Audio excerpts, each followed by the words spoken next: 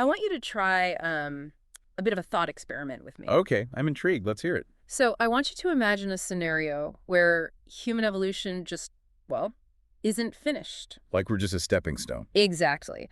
Imagine that everything you consider to be fundamentally you, right? Like your biology, your emotional responses, your attachments to your family, or even your pets. Basically the core of the human experience. Yeah, all of it. Imagine it's actually just a fragile, temporary bridge, a bridge leading away from this primitive, animalistic past and stretching towards something immortal, something cosmic and, honestly, almost godlike. It really requires a radical reframing of what it means to be human, doesn't it? Oh, absolutely. I mean, you have to stop looking at modern humanity as the final destination of the universe. Yeah. And you have to start looking at us as this messy, highly flawed transitional phase. And that transitional phase is exactly what we are exploring in this deep dive. We're looking at a really provocative, incredibly dense manifesto. Right, it's a heavy one. Very heavy. It comes from a YouTube channel called Radislav, and the video is titled Civilizational Transformation Destined to Make Humanity Perfect.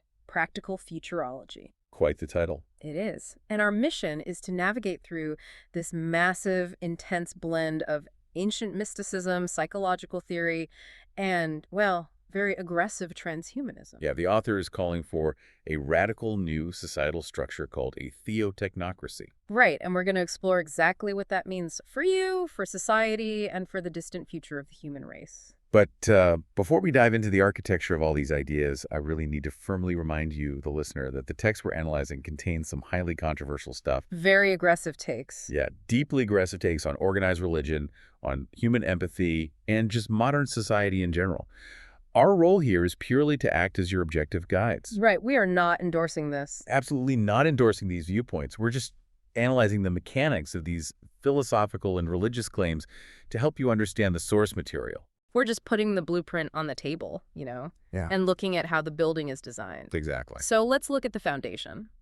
To understand where this manifesto wants humanity to go, we first have to look at its brutal diagnosis of where we currently are. Yeah, so the author's diagnosis is that modern humans are essentially trapped inside what the text calls a fleshy prison. A fleshy prison. Wow. Right. According to the manifesto, you and I are deafened by constant informational noise. We're blinded by the pursuit of material goods, and we're acting as mere biological puppets. Biological puppets who have entirely forgotten our true cosmic purpose. Exactly. And the text uses an ancient Gnostic concept to explain this imprisonment, right? The Archons. Oh, I love this part. But it completely redefines the term, right? Because in ancient mystical texts, Archons were literal demons or supernatural jailers who kept human souls trapped in the material world. Yeah, like actual mythological monsters. Right. But here, the author strips away the mythology and redefines Archons as our own internal biology, our social programming. Yeah, the author applies this ancient mystical concept directly to modern neurobiology and sociology. So the Archons aren't demons anymore, they're your hormones. That is such a wild pivot. It really is. They're the dopamine loops that make you endlessly scroll through social media or chase cheap thrills.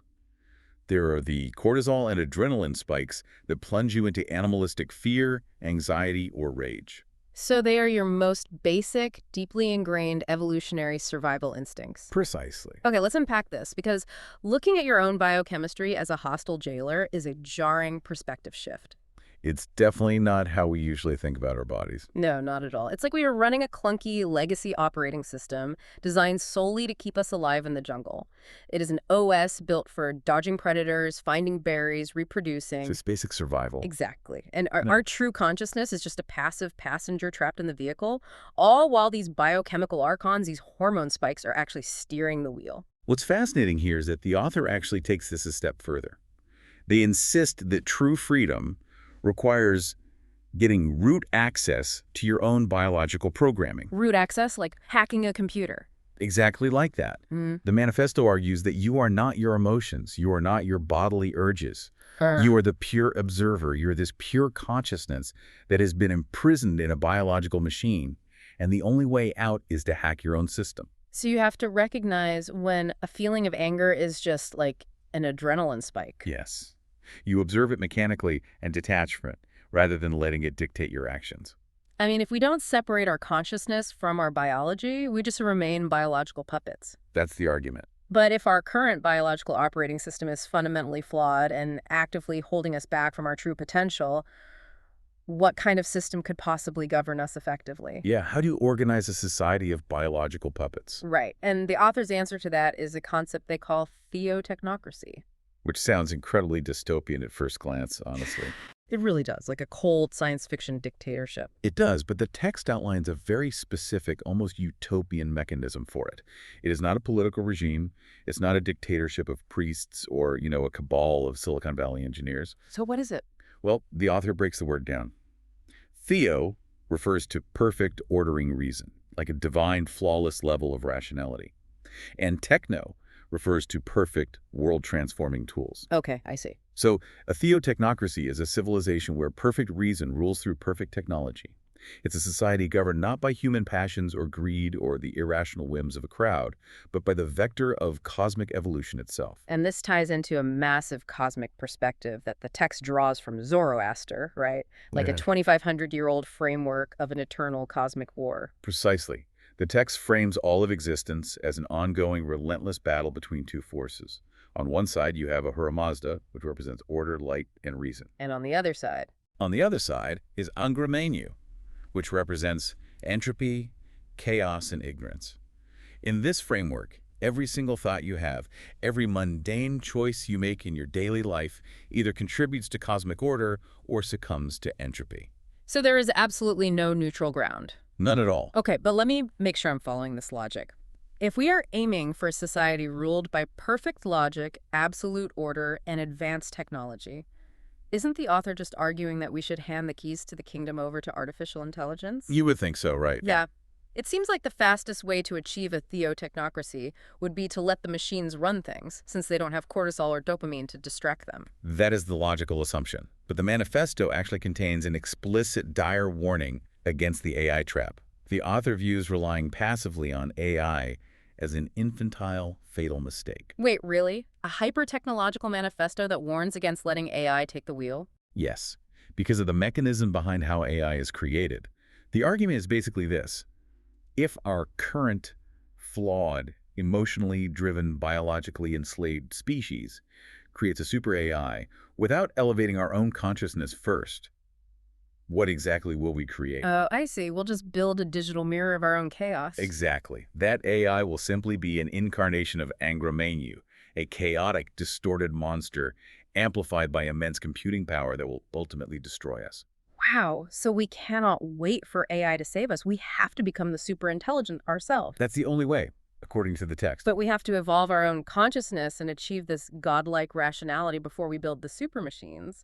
Where do we even find the blueprint for that kind of cognitive evolution? Well, the manifesto points to a very unexpected place: ancient religious texts. Which is one of the most complex paradoxes in the entire document, because the author exhibits a fierce, almost visceral hatred for traditional organized religion. Oh, absolutely. The text calls it a curse, a poison, and an opium that demands blind faith and submissive obedience. It literally views churches and temples as monuments to ignorance that keep humanity docile. Yet at the exact same time, the author absolutely reveres the underlying esoteric traditions found within those very same ancient cultures. Exactly. The distinction the author makes is between religion as belief and gnosis as science. They don't view these ancient traditions as theologies to believe in. They view them as a science of liberation. Right, like an instruction manual. Yeah. The manifesto synthesizes three highly distinct ancient traditions and connects them into a single, sequential, psychoanalytic blueprint for hacking the human soul. Okay, so let's walk through the mechanics of those three stages, because it requires completely stripping the theology out of these texts. Right. Stage one is Hermeticism, specifically focusing on an ancient text called the Poimandres. Yeah, and to understand this stage, you have to know that the Poimandres is an ancient Egyptian-Greek dialogue where the human mind supposedly converses with the divine mind. The author uses this text to represent the stage of awakening. They describe it as a cognitive Big Bang. It's the exact moment your mind stops being a passive animal reacting to stimuli and asks the fundamental question, who am I? So in this stage, you realize you are not merely a creature of flesh and blood. You're a child of light, a spark of pure reason that is currently trapped in matter. Exactly.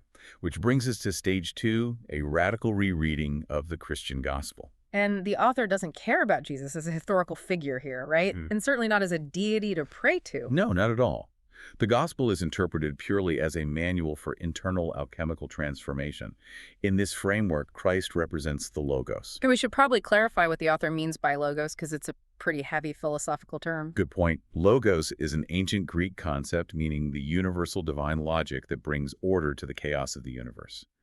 So Christ is viewed as the ultimate integrated self, the embodiment of that divine logic. So the life of Christ isn't a historical narrative. It's an allegory for what you must do to your own mind, which means the crucifixion isn't a historical execution. The text describes it as the surgical, agonizing destruction of the false ego. It is you painfully killing off your own biological programming and social conditioning. And the resurrection is the birth of the new, hyper-rational, fully integrated self that emerges from that pain. Wow. Which seamlessly leads into the third and final stage, Gnosticism. Right. Once the ego is destroyed and the Logos is integrated, the mind reaches the realization that it is completely alien to this material world. It's the stage where the fully realized mind treats the physical universe as a simulation to be conquered, engineered, and manipulated, rather than a reality to passively submit to. Exactly. So what does this all mean? The author is basically looking at figures like Jesus or Prometheus, not as gods to be worshipped, but as like psychological engineers. Sysadmins. Yeah, system administrators who found the sequence to overwrite their biology and got root access to the matrix. And these ancient texts are just the encrypted engineering manuals they left behind for us to do the same. It is a purely engineering approach to human spirituality. But you can't just read an ancient text and suddenly achieve a new state of being. Right, it takes work. A lot of work. Yeah. Taking this alchemical approach to your own mind requires action.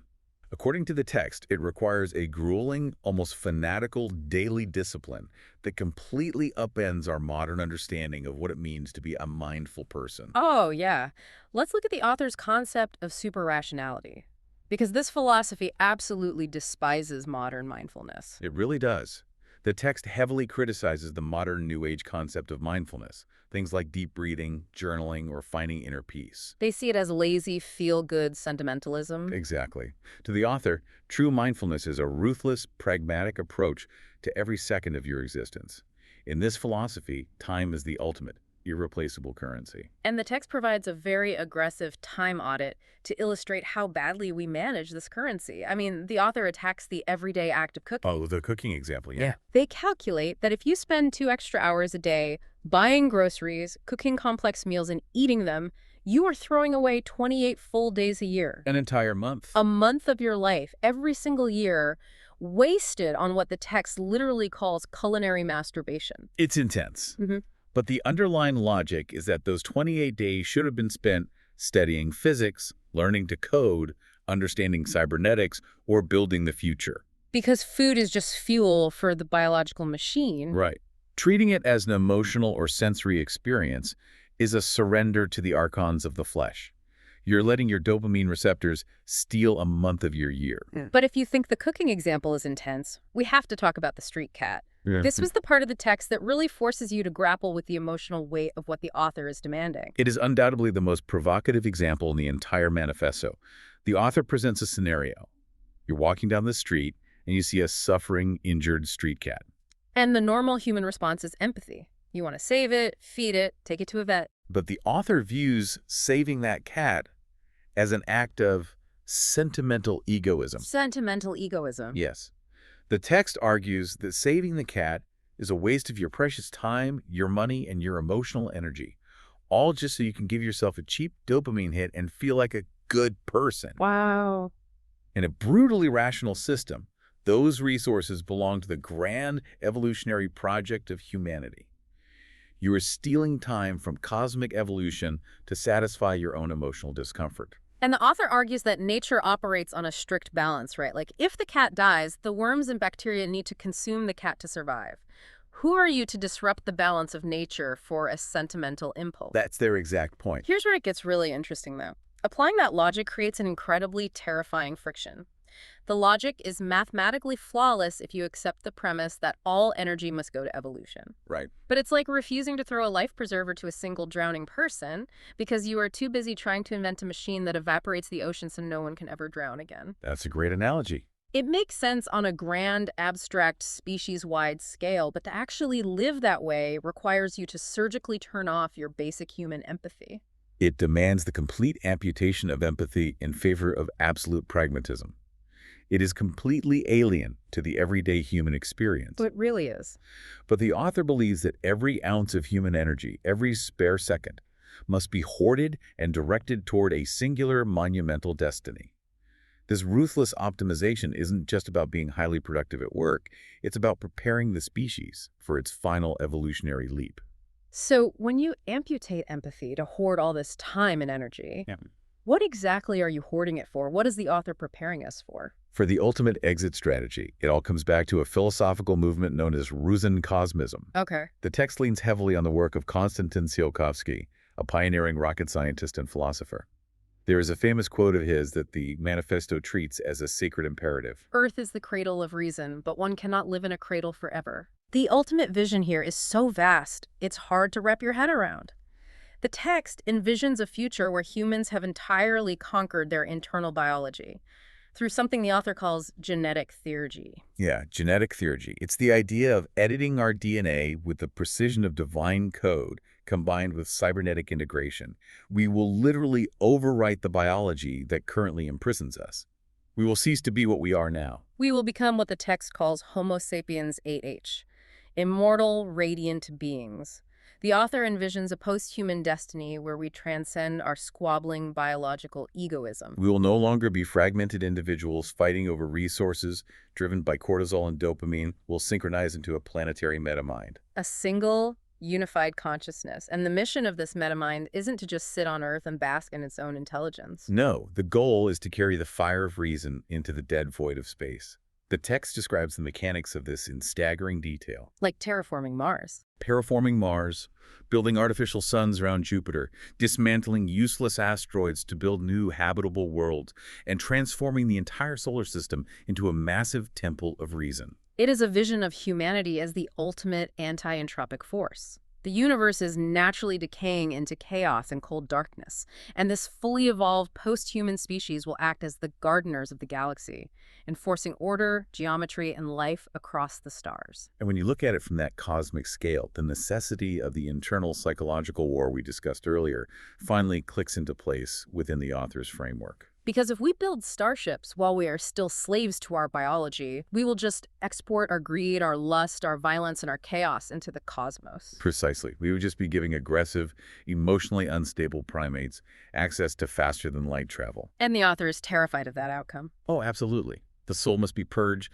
the biological operating system must be completely rewritten so that the beings who finally step out of the cradle are actually worthy of the stars. Wow. This has been an incredibly intense journey. We've explored a manifesto that demands we shed our deepest biological instincts. It's a lot to process. It really is. It asks us to reject the comforting opium of blind faith and instead treat ancient spirituality as a manual for psychological engineering. It demands we optimize every single second of our lives, rejecting everyday comfort, the joy of a good meal, and even our basic empathy for a suffering animal. Also, we can hoard the energy needed to evolve into immortal, radiant architects of the cosmos. It is a stunningly ambitious vision for the future of humanity, but it is built on a very chilling premise. And this raises an important question, something for you to mull over as you step back into your normal everyday life. It really does. So what's the final thought here? Well, the author makes a compelling, mathematically rigorous argument that to conquer the stars and avoid destroying ourselves with our own technology, we must surgically remove our messy, sentimental, emotional human nature.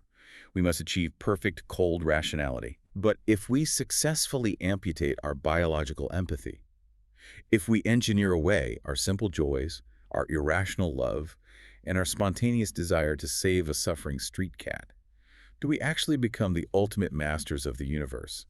Or do we just turn ourselves into the very cold, unfeeling machines we were trying to avoid in the first place? And if you rebuild the bridge entirely out of steel and remove everything soft, you might lose the very thing that made the crossing worthwhile to begin with.